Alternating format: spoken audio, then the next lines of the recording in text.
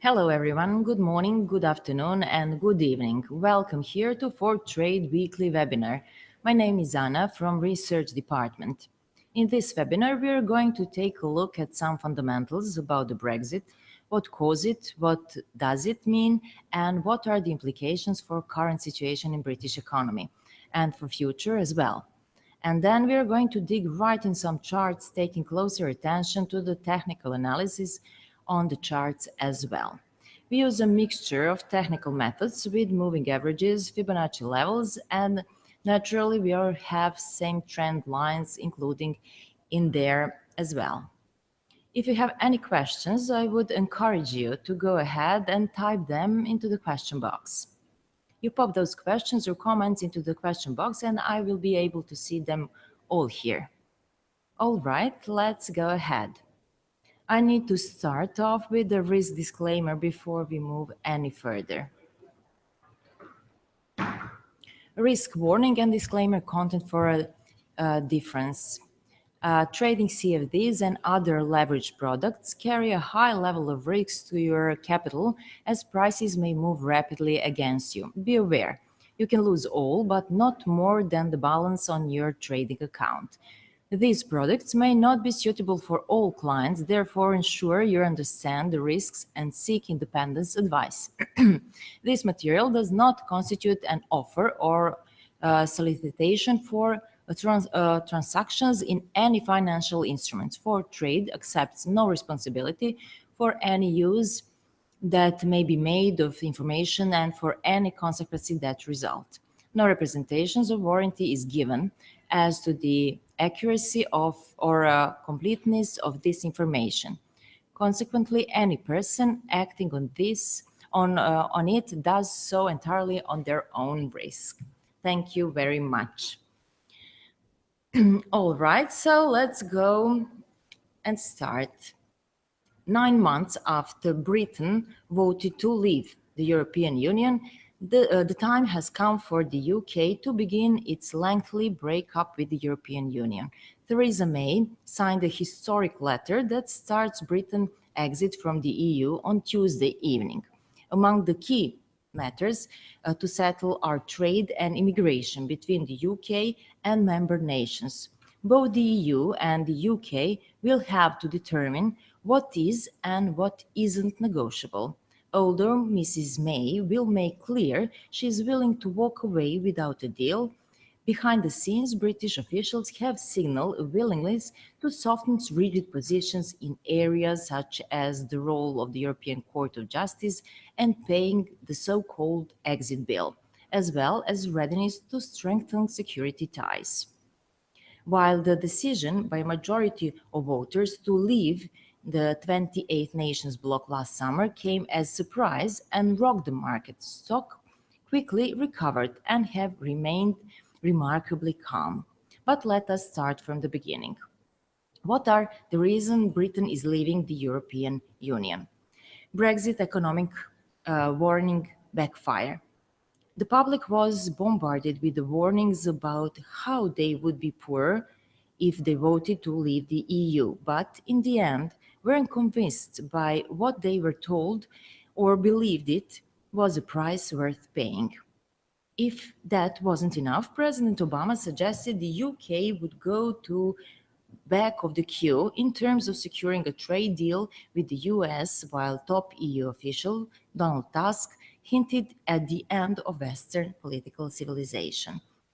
But the fact the public discounting so readily the advice of expert points to something more than just a revolt against the establishment.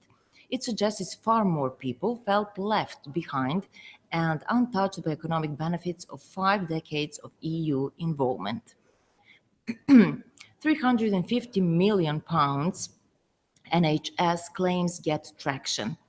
The assertion that leaving the EU would free up £350 million a week extra to spend on National Health Service is the kind of political slogan that campaigns dream of, striking, easy to understand, and attractive to voters of different ages and political persuasiveness. Farage makes immigration the defining issue. The issue fed into wider question of national and cultural identity, which suited Leave's message, particularly to lower-income voters. Public stopped listening to PM. Unsuited to winning over Labour supporters, the Prime Minister was not able to pursue enough floating voters to give him the benefit of the doubt. Europe was always slightly an alien. The UK relationship, Europe has never been simply nor static. What appears clear from campaign is that the vote to leave was as much a statement about the country's national identity and all that involves as it was about its economic and political future. Change in government after the referendum. Britain got a new Prime Minister, Theresa May. The former Home Secretary took over from David Cameron, who announced he was resigning on the day he lost the referendum. Like Mr. Cameron, Mrs. May was against Britain leaving the EU, but she played only a very low-key role in campaign and was never seen as much as enthusiastic for the EU. She became PM without facing a full Conservative leadership contest after her key rival from what had been the Leave side pulled out. How was the new PM done so far?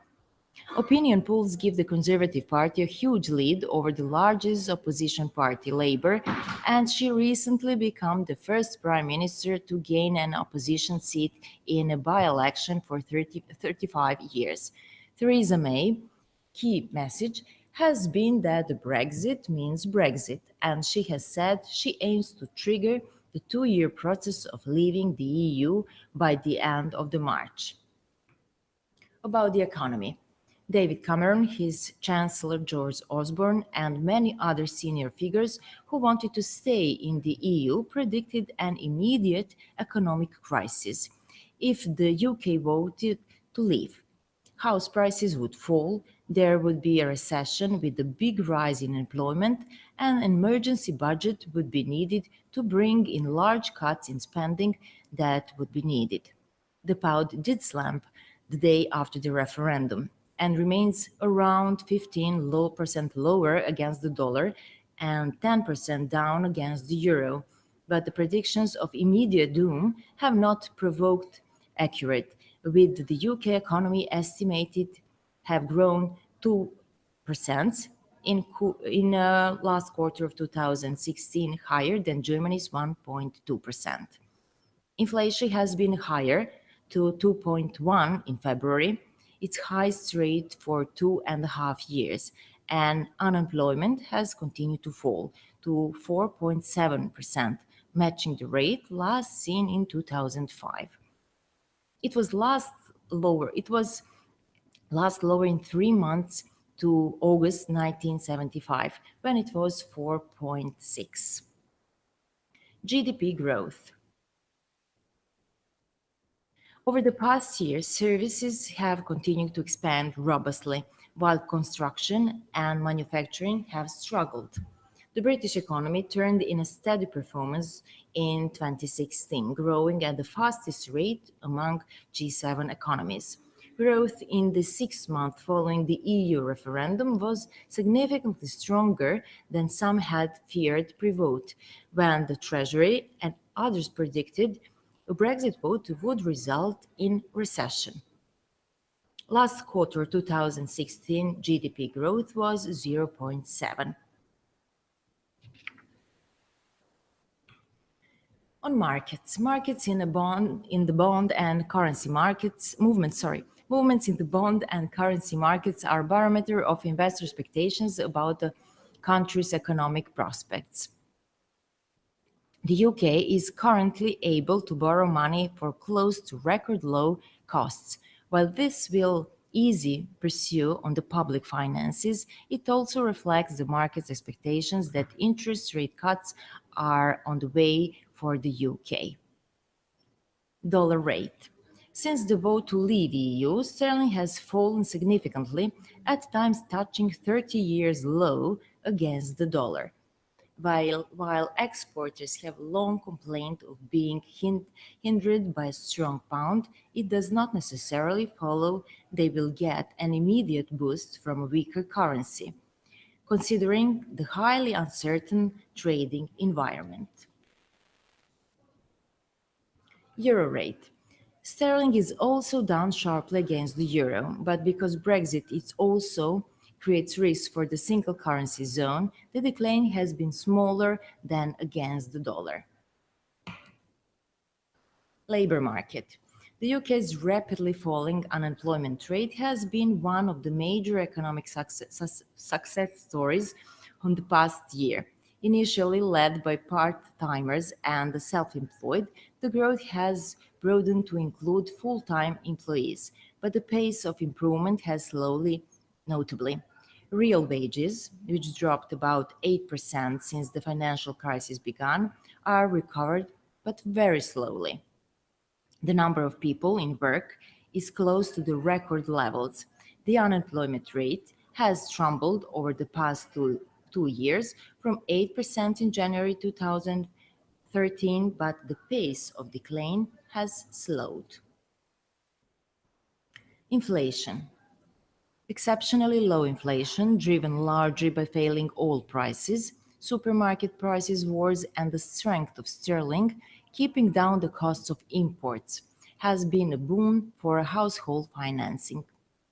But the sharp fall in the value of sterling since the vote to leave the EU means that imports will become more expensive, and the Bank of England expects inflation to begin rising. The UK briefly dipped into deflation in April 2015 for the first time for more than a half a century. Economists expected the rate to remain low for months before beginning to rise sharply. Interest rates. Before the vote to leave the EU, all the talk was of when the first rise would come. Now the question is, how low will rates go? That said, the Bank of England faces a tricky task. It needs to balance the desire to support the economy while ensuring that inflation, which is likely to rise following the fall in sterling, remains under control. The Bank of England cut interest rates in the aftermath of the vote to leave the EU in an attempt to shore up the economy. Governor Mark Carney has signaled that more monetary policy easing could be needed, but they will need to trade off the risk of slowing growth against the risk of rising inflation and weakening currencies. Withdrawal process. For the UK to leave the EU, it has to invoke an agreement called Article 50 of the Lisbon Treaty, which gives the two sides 2 years to agree the terms of the split. Theresa May has said she intends to trigger this process today on 29 March, meaning the UK will be expecting to have left by the summer of 2019 depending on the price timetable agreed during the negotiations. The government will also ratify a Great Repeal Bill, which will end the primacy of EU law in the UK. This Great Repeal Bill is expected to incorporate all EU legislations into UK law in one piece, after which the government will decide over a period of time which parts to keep, change, or to remove. What is Article 50? Article 50 is a plan for any country that wishes to exit the EU. It was created as a part of Treaty of Lisbon, an agreement signed up to by all EU states which become law in 2009. Before that treaty, there was no formal mechanism for a country to leave the EU.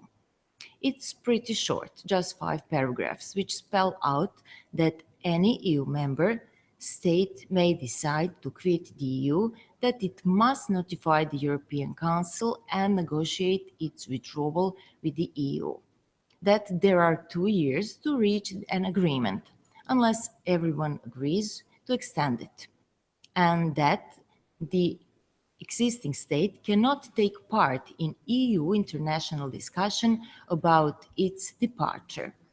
After a court battle, the UK Supreme Court ruled in January that Parliament must be consulted before Article 50 is invoked. This is why a two-line Brexit bill has just made its way through Parliament. MPs approved it after Labour MPs were told to support it. Theresa May set up a government department headed by David Davis to take responsibility for Brexit. Former Defense Secretary Liam Fox, who also campaigned to leave EU, was given the new job of International Trade Secretary, and Boris Johnson, who was a leader of the official leaving campaign, is Foreign Secretary. These men are each set to play a role in negotiations with the EU and seek out new international agreements, although it will be Mrs. May, as a Prime Minister, who will have the final say.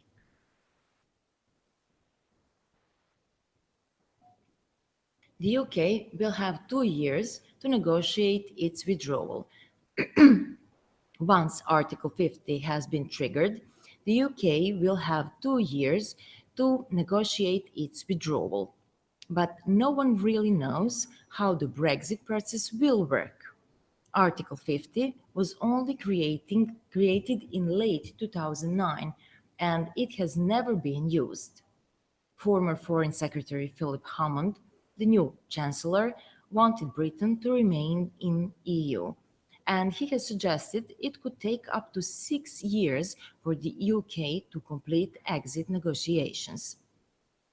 The term of Britain exit will have to be agreed by 27 national parliaments, and according to him, a process could take some years. EU law still stands in the UK until it ends being a member. The UK will continue to abide by EU treaties. Unpicking 43 years of treaties in agreement covering thousands of different subjects was never going to be a straightforward task.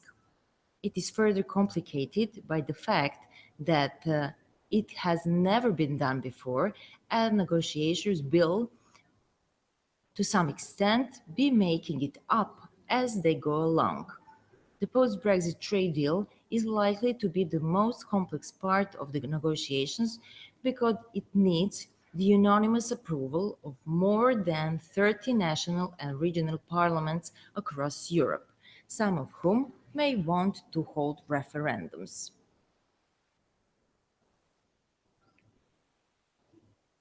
The likely focus on negotiations between the UK and EU. Following Theresa May's Brexit speech in January, we know that the UK is not intending to stay in the EU single market.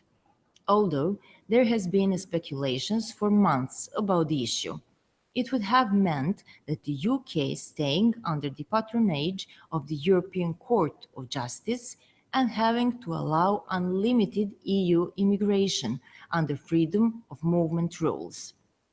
Both sides want trade to continue after Brexit, with the UK seeking a positive outcome for those who wish to trade goods and services, such as those in the City of London, and wanting a comprehensive free trade deal, giving the UK the greatest possible access to the single market. Mrs. May says she wants the UK to reach a new customs union deal with the EU. A customs union is where countries agreed not to impose tariffs on each other's goods and have a common tariff on goods coming in from elsewhere. The UK is currently part of the EU customs union, but that stops the UK being able to do its own trade deals with other countries. With MPs get to vote on the Brexit deal. Yes, Theresa May has appeared keen to avoid the vote on her negotiation stance, to avoid having to give away her priorities. But she has said there will be a Commons and Lords vote to approve whether the deal UK and the rest of the EU agree at the end of 2 years process. It is worth mentioning that any deal also has to be agreed by European Parliament, with British MPs getting a chance to vote on it there. Scotland issue. Scotland First Minister Nicole Sturgeon said the vote of the Leave result that it was democratically unacceptable, that Scotland faces being taken out of the EU when it voted to remain. She said Mrs May's decision to rule out the UK staying in the single market means Scotland should have a choice between a hard Brexit and become an independent country, possibly in the EU. Scotland Prime Minister has officially asked for permission for a second referendum to be held, saying that she wanted the vote to be held between the autumn of 2018 and spring 2019. The announcement caught Westminster off guard and led to Theresa May ruling out another vote in the near future, saying, "Now it's not the time." In order to trigger a vote, Prime Minister of Scotland must first gain the approval of her own parliament and then seek the permission of Westminster via Section 30 order. It is thought Theresa May will accept the principle of vote but refuse to transfer the power until after the Brexit, arguing that it would be unfair for it to happen sooner as Scots will not know the choice they are facing. Business and Brexit. Big businesses, with a few exceptions, tending to be in favor of Britain staying in the EU because it makes it easier for them to move money, people, and products around the world. Given the crucial role of London as financial center, there is interest in how many jobs may be lost to other hubs in the EU. Four of the biggest US banks have committed to helping maintain the city position. But other companies are moving more than thousands of jobs to Paris, Frankfurt, or other cities. Some UK exporters say they had increased orders or inquiries because of the fall in the value of the pound. Pulse control firm in some companies are saying it could make more than 15 million pounds extra this year thanks to weaker currencies. Others are less optimistic. Hilary Jones, a director at UK cosmetics firm Lush, said the company has terrified about the economic impact. She added that while the firm's Dorset factory would continue to produce goods for the UK market, the products for the European market may be made at its new plant in Germany. Will Britain be part of the Transatlantic Trade and Investment Partnership? The Transatlantic Trade and Investment Partnership, or TTIP, currently under negotiation between the EU and United States, would create the biggest free trade area the world has ever seen. Cheerleaders for TTIP, including former MP David Cameron, believed it could make American imports cheaper and boost British export to the US to the tune of £10 billion a year. But many of the left, including Labour leader Jeremy Corbyn, fear it will shift more power to the multinational corporation, undermine public service, wreck food standards, and threaten basic rights.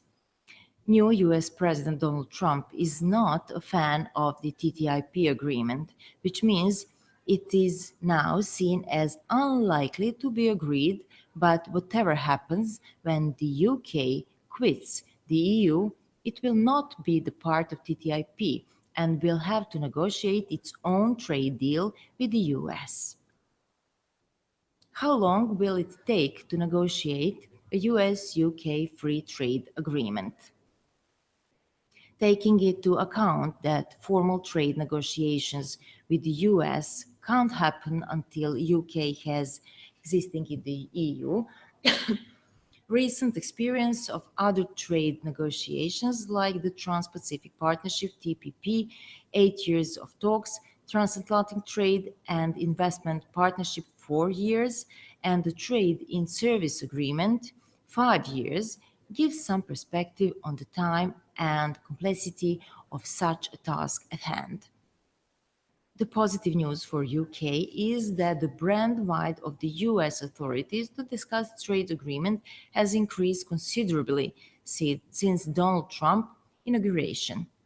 He's made clear that he's not a fan of multilateral negotiations and, as such, has pulled out of TPP. The TISA is on hold, and most commentators think TTIP will not progress any further. Mr. Trump has also made clear he doesn't share the previous administration's view that the UK should be sent to the back of the trade queue after Brexit.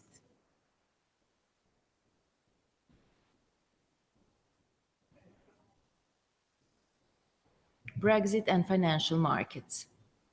9 months after Britain's vote to leave the EU, it is clear that most major financial groups are implementing plans to move some jobs and businesses operations from London. Still, unanswered questions include how far this trend will go and which rival financial centers will benefit the most. Frankfurt has early edge over European rivals such as Dublin, Paris, Amsterdam, Milan, Munich, and Warsaw. On the other hand, some high level investment bankers see New York as the main beneficiary in their sector. The cumulative costs for banks of reorganizing their activities and complying with EU rules, including the opening of subsidiaries in EU countries, may reach between 5 and 8 billion pounds.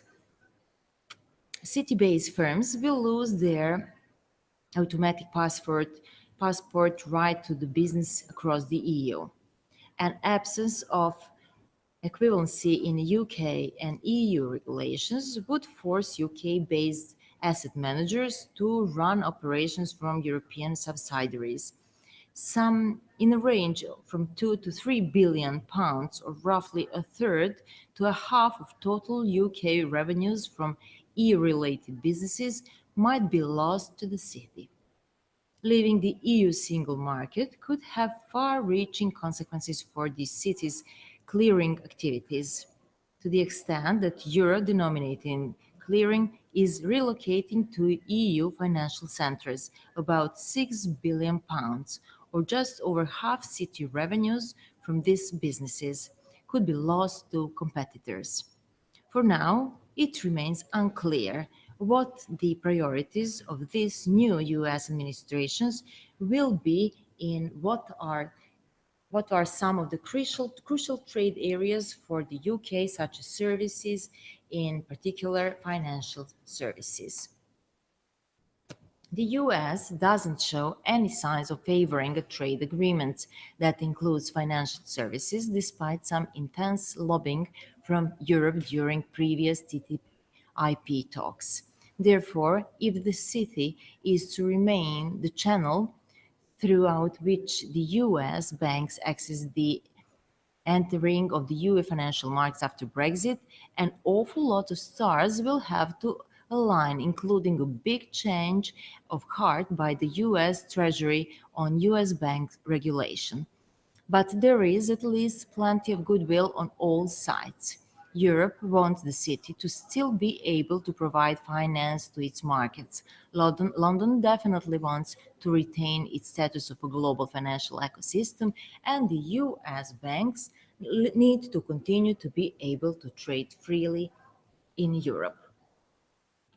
What is the EU stance? For the EU, the focus will be on ensuring there is no easy ride for the British as it tries to safeguard the stability and the commitment of its 27 remaining members. That's the post war project of deepening economic and political union. It is also tested by a growing nationalism at home and meddling from beyond Russian President Vladimir Putin and US President Donald Trump.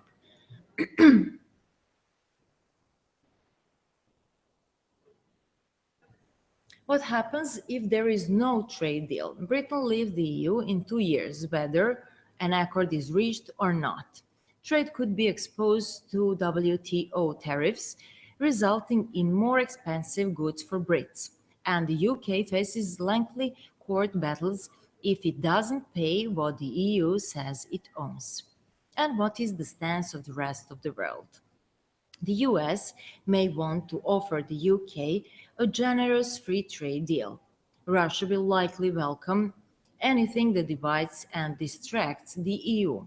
And China will follow closely to see if the UK remains an attractive investment partner as it potentially rises the barriers with the rest of the world. Okay, now we are finished with this fundamental part, and we can now go on our technical parts and technical analysis.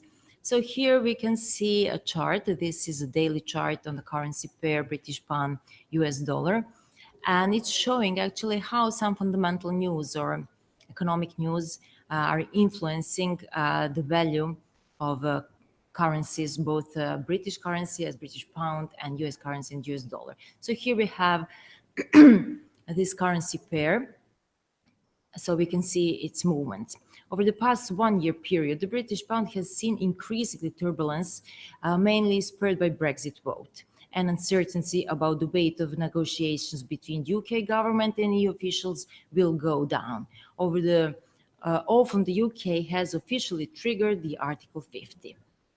The first big drop depicted by this chart reflects UK vote to leave EU, something that no country member of the EU had never done before.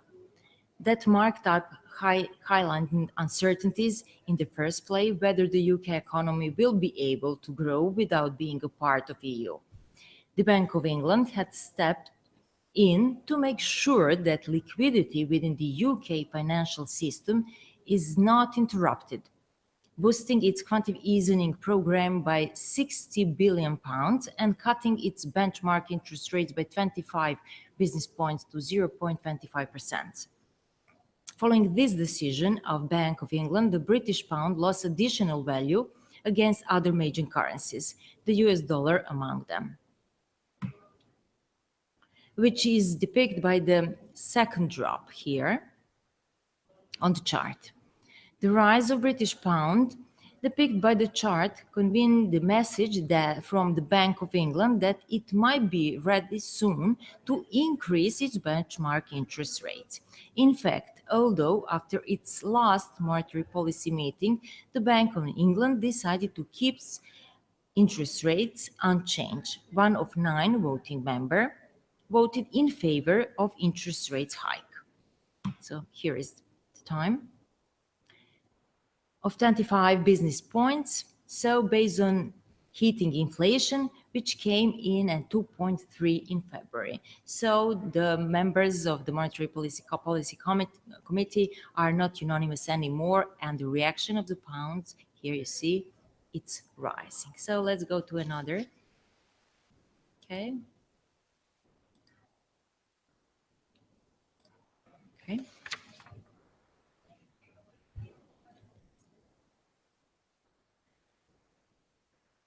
Okay, let's go now on another chart, also GBP US dollar. This is also the daily chart. Here we are using 3 simple moving averages. Moving average 100, this is this green line. Moving average 500, this is a blue line, and moving average 20. This is this one, orange or red. Long-term 100 moving average and medium term, see, and medium term 50 are clearly showing consolidation, while relatively short-term moving average 20 are showing us oscillation in the price during this consolidation. All in all, this currency pair is moving between 0, see here, 0 and 50 Fibonacci level since October last year, after a huge drop caused by results of Brexit referendum. So this is the fall, and after that, This currency pair are mainly keeping itself price in this consolidation channel. Meanwhile, after several ups and downs, it managed even to fall to the lowest level in the last 30 years in mid-January. So what can we expect from now? On one side, we have a strong influence of fundamentals on daily basis that are having a huge influence on the British currency. As from today, all comments from both sides, UK and EU, can push the sterling up or down, depending on if they are in line or not. So if there is a huge difference between the stance of UK and the EU, we can see some more oscillation, fall of pound and euro, because this is the currency pair, British pound, euro, US dollar, then it can be the fall of British pound of this currency pair. So on the other side, according to this technical analysis, we can see we can expect the price to stay a while between 23.6 Fibonacci levels and 38 here and 38.2 Fibonacci level. If the price break this support 23.6 Fibonacci, it can easily fall further to the zero level, and this is 1.2015. In the opposite scenario, if it breaks this 38.2, it can go even further up to the 50 level, see? And even after, it can reach upper levels 1.2896 and even further up. So basically, everything is in cards now, and according to this negotiation, we can see a lot of turbulence in the future also.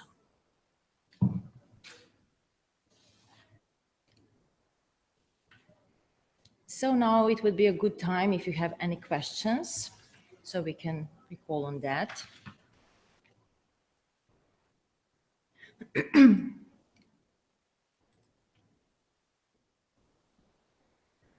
Okay, here we have some. Sean says, hey, what are your thoughts on pound breaking the previous support on 1.2015 and dropping even further?